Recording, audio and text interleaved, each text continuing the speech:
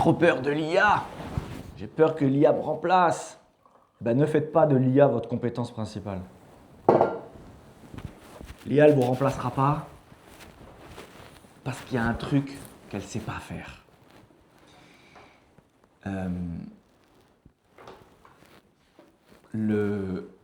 On se demande tous quelles compétences apprendre pour ne pas être remplacé par l'intelligence artificielle. Et est-ce qu'il faut maîtriser les prompts? Est-ce qu'il faut apprendre à coder? Est-ce qu'il faut devenir expert en automatisation? Est-ce qu'il faut connaître parfaitement le dernier outil à la mode? En fait, toutes ces compétences, elles peuvent être très utiles, mais elles ont un problème. Elles dépendent d'une technologie qui évolue, et qui évolue extrêmement vite.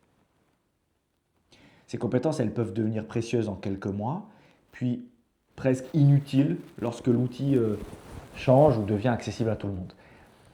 Donc je crois davantage à 3 compétences beaucoup plus anciennes et beaucoup plus humaines.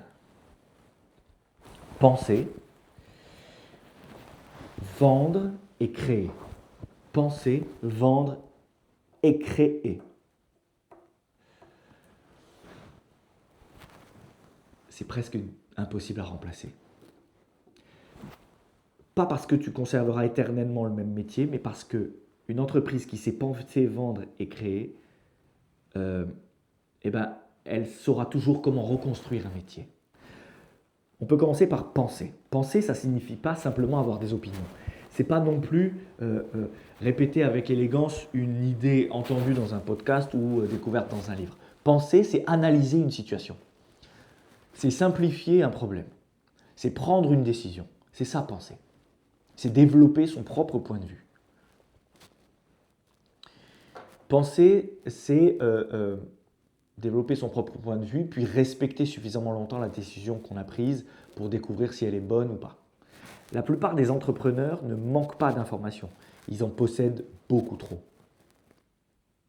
Ils suivent 10 experts qui leur expliquent 10 manières différentes de développer leur entreprise.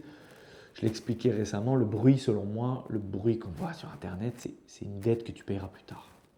Ces gens-là, ils changent d'offre, de cible, de stratégie toutes les semaines.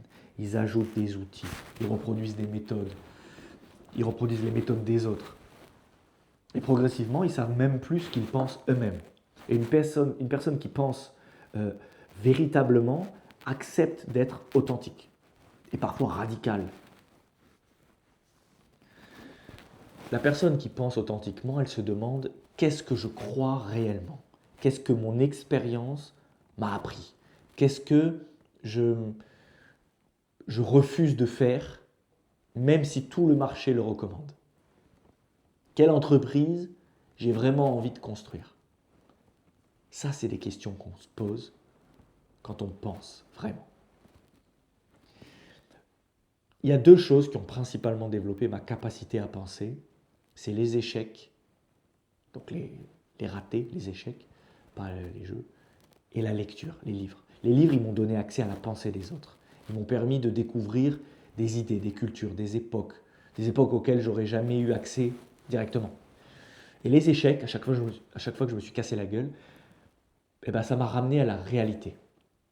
Un livre, il peut vous transmettre un principe, et un échec, il vous montre les limites de votre compréhension de ce principe. J'ai lancé des projets, j'ai géré des restaurants, j'ai développé des hôtels, j'ai dirigé des agences. Au début, j'étais dans les médias. J'ai eu des médias, j'ai conseillé des clients, j'ai changé plusieurs fois de métier, plusieurs fois. Et certaines choses ont fonctionné et beaucoup d'autres choses ont échoué. Je suis maître d'échecs. Et chaque échec a corrigé quelque chose dans ma manière de réfléchir. Chaque échec a retiré une illusion. Une pensée personnelle, elle naît précisément à cet endroit. Dans la rencontre entre ce que vous avez appris et ce que vous avez réellement vécu. La deuxième compétence, c'est vendre. Vendre, c'est la compétence qui m'a demandé le plus de travail. Vendre, moi je déteste la force de vente. Je déteste pousser, je déteste forcer, je déteste pousser quelqu'un à acheter, manipuler ses peurs ou créer artificiellement de l'urgence pour obtenir une signature ou un paiement. Pendant longtemps, j'ai donc confondu vendre et forcer. C'est le cas de beaucoup de personnes compétentes. Beaucoup de personnes me disent « j'aime pas vendre ». Si mon travail est bon, les clients viendront. Voilà. Ou alors, je ne veux pas devenir un commercial. Le problème, en fait, c'est que refuser d'apprendre à vendre a des conséquences immenses sur notre indépendance.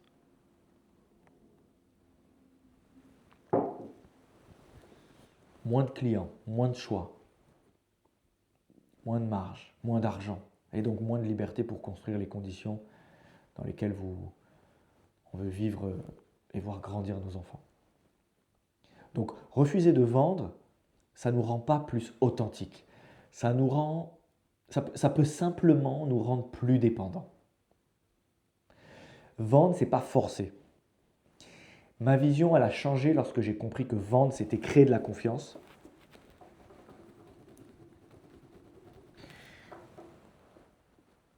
Et créer de la confiance, c'est formuler une transformation. Vendre, c'est aider une personne à comprendre que quelque chose est possible. C'est entrer en contact avec quelqu'un qui pourrait,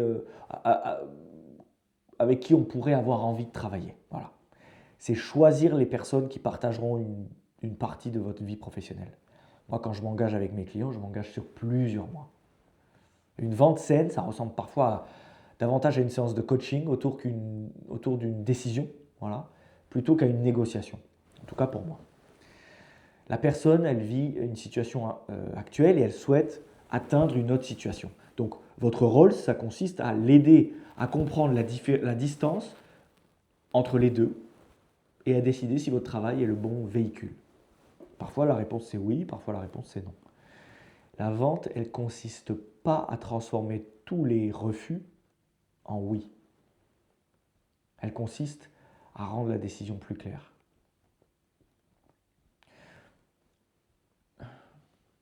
La troisième compétence, c'est créer. Créer. Créer, ça ne signifie pas seulement publier du contenu. Un entrepreneur, il crée une offre, une méthode, un produit, une entreprise, une expérience et une nouvelle solution à un ancien problème. Moi, lorsque je dirigeais mes agences, Statut et puis Festin, je créais des lieux de vie en partant de ma réflexion sur l'hospitalité. J'analysais ce que j'avais vécu comme client dans les hôtels, dans les restaurants, les cafés, etc., dans différents lieux que j'avais fréquentés. Et puis je transformais toutes ces observations en concepts, en atmosphère et en expérience. C'était ça, c'était de l'entrepreneuriat en fait. Mais c'était également un travail créatif. Je crois que les entrepreneurs sont les nouveaux artistes. Entreprendre, ça consiste à faire apparaître quelque chose qui n'existait pas encore. Et puis, sans création, on finit tous par utiliser les mêmes phrases, à construire les mêmes offres, à appliquer les mêmes méthodes.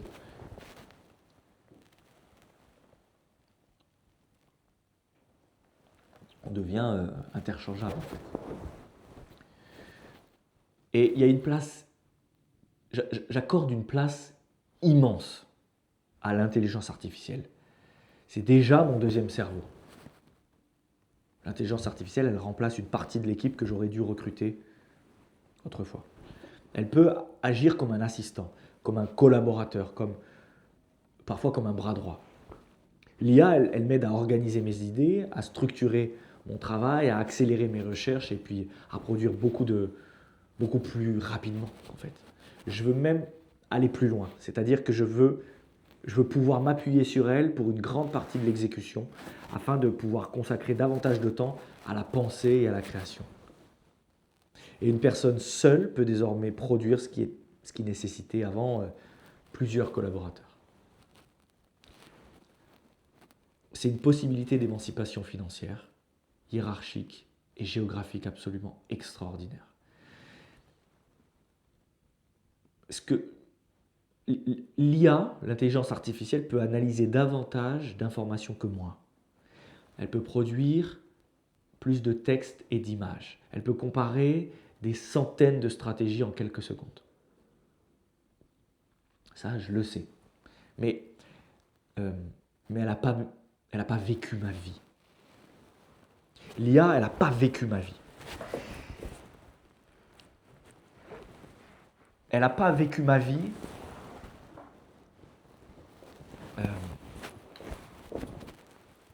Et elle n'a pas connu mes échecs. Elle n'a pas ouvert mes restaurants. Elle n'a pas ressenti la peur de tout perdre ou le besoin de tout recommencer. Elle n'a pas vu naître ma fille. Elle ne ressent pas le désir d'être présent pour voir grandir ma fille. Elle n'a pas besoin de gagner de l'argent, l'IA. Elle ne rêve pas d'échapper à une hiérarchie, elle ne possède aucune ambition personnelle. Elle peut travailler à partir de mon vécu, mais elle ne peut pas le vivre à ma place. Et la valeur, en fait, la valeur ne disparaît jamais. Elle se déplace vers ceux qui ont un point de vue, une histoire, une sensibilité et quelque chose à créer. C'est pour ça que je disais, ne faites pas de l'IA votre compétence centrale. Parce que si votre seule valeur consiste à maîtriser un outil, ben vous dépendez entièrement de cet outil. Et l'outil peut devenir plus simple.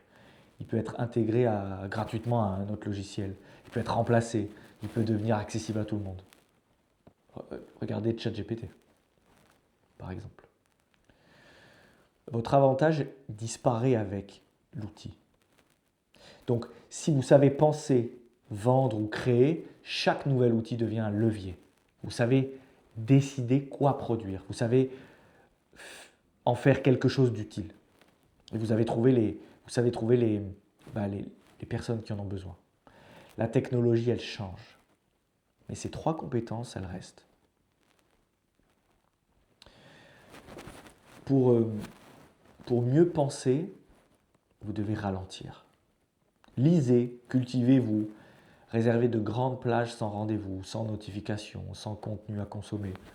Faites du pastel. Moi, je me suis mis à pastel récemment. Une pensée personnelle, elle a besoin d'espace. Pour mieux vendre, faites la paix avec vos clichés.